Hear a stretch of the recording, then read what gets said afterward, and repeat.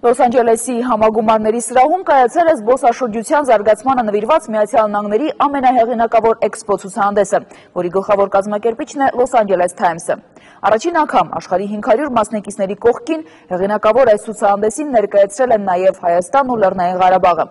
Ադրբեջանցիները փորձել են խոչընդոտել Լեռնային Ղարաբաղի Հանրապետության մասնակցությունը, սակայն դա նրանց չի հաջողվել։ Ցուցահանդեսի ամենահետաքրքիր մանրամասները ներկայացնում է Միացյալ Նահանգներում մեր հատուկ թղթակից Արմինե Ամիրյանը։ Սա Լոս Անջելեսի համագումարների կենտրոնն է Միացյալ Նահանգներում այն ամենահեղինակավոր հաստատություններից մեկն է համարվում։ Տարեկան մեկ անգամ այստեղ Լոս Անջելես Թայմսի կողմից կազմակերպվում է Միացյալ Նահանգների թիվ 1 ամենամեծ տուրիզմին նվիրված էքսպո ցուցահանդեսը։ Այն իր հեղինակությամբ ըստ էության մրցակիցներ չունի, ավելին հենց այս սրահում լավագույնը ներկայանալը հստակ երաշխիք է զբոսաշրջիկների թվի ավելացման ու երկիրը գովազդելու համար։ 500 մասնակից աշխարհի տարբեր երկրներից ներկայացնում են սեփական մշակույթը, պատմությունն ու ավանդույթները։ Առաջին անգամ այս սրահում արդեն երկու օր է հնչում է հայկական երաժշտություն։ Օտարազգիները գալիս հարցնում ու վստահեցնում են, որ հաջորդ կանգառը Հայաստանն է լինելու։ Տուրիզմի և զբոսաշրջությանը նվիրված Լոս Անջելես Թայմսի ամենամյա այս ցուցահանդեսը Միացյալ Նահանգներում համարվում է ամենահեղինակավորներից։ Այստեղ ներկայացված են գրեթե աշխարհի բոլոր երկրները։ Հայաստանն առաջին անգամ մասնակցում է Լոս Անջելես Թայմսի հեղինակավոր այս ցուցահանդեսին, իսկ աշխարհի տարբեր երկրների զբոսաշրջիկներ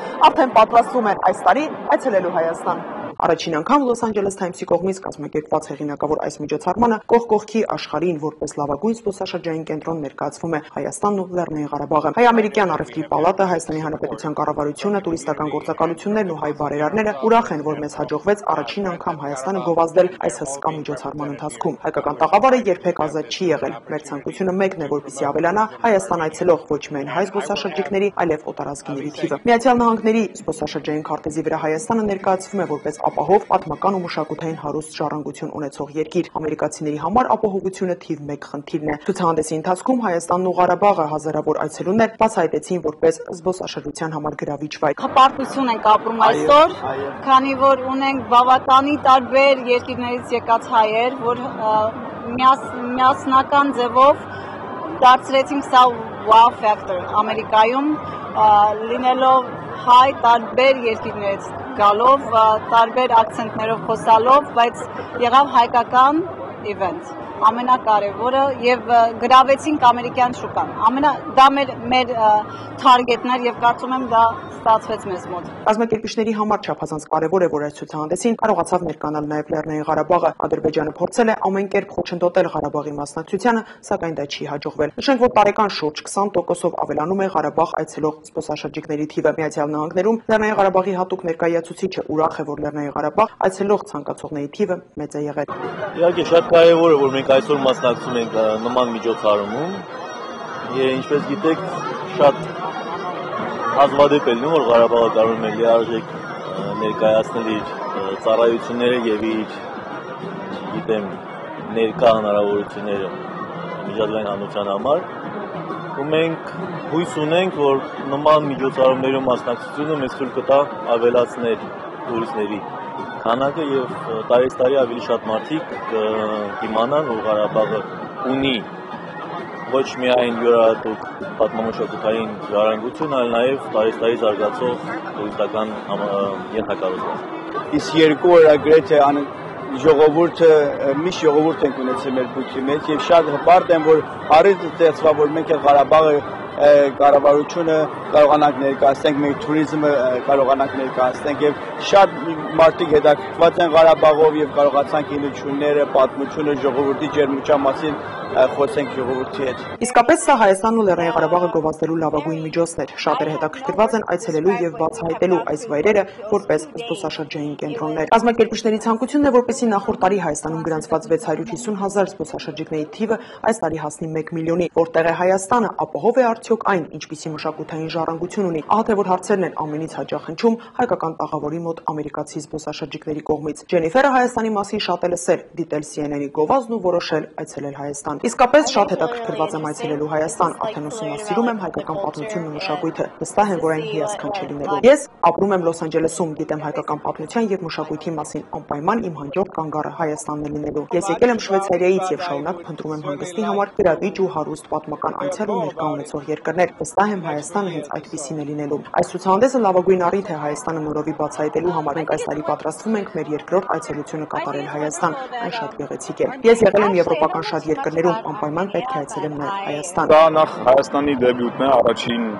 ցուցահանդեսի Հայաստանի Հանրապետության մասնակցությունն է։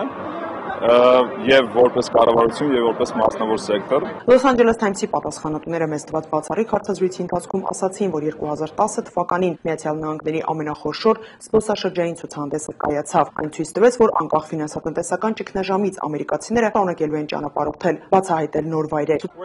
Ցուցահանդեսին այցելել են տասնյակ հազարավոր քաղաքացիներ, նրանցից 75%-ը արդեն որոշել է, թե որ երկիրն է լինելու իր զբոսաշրջային հաջորդ կանգառը։ Սա մեծ ցուցանիշ է։ Ուրախ ենք առաջին անգամ այս ցուցահանդեսին տեսնել նաև Հայաստանի ներկայությունը։ Շատ հաճելի է տեսնել, որ Հայաստանի տաղավարը միշտ մարդաշատ է, աշխուժ։ Սա մասնավոր սեկտորի հետ համագործակցության ուղղված մեծ ձեռնարկ է։ 2009 թվականին զբոսաշրջային ոլորտը անկում արձանագրեց, բայց 2010 թվականի համար այն կայունացման հստակ միտումներ է դրսևորում։ Երկու օրերի ընթացքում տասնյակ հազարավոր քաղաքացիներ են մասնակցել Լոս Անջելես Թայմսի կողմից կազմակերպված հեղինակավոր այս ցուցահանդեսին։ Միացյալ Նահանգներում ապրող օտարազգիները արդեն իսկ իրենց համար բացահայտել են Հայաստանն ու Լեռնային Ղարաբաղը որպես տուրիզմի համար հետաքրքիր ու գրավիչ վայր։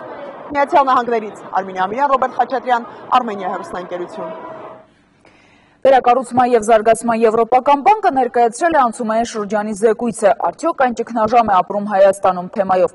Զեկույցի եզրակացության ֆինանսատնտեսական ճգնաժամը մեր երկրում բացասաբար է անդրադարձել հատկապես բիզնես միջավայրի վրա, շինարարություն, տրանսֆերտներ, արտահանման ծավալներ եւ այլն։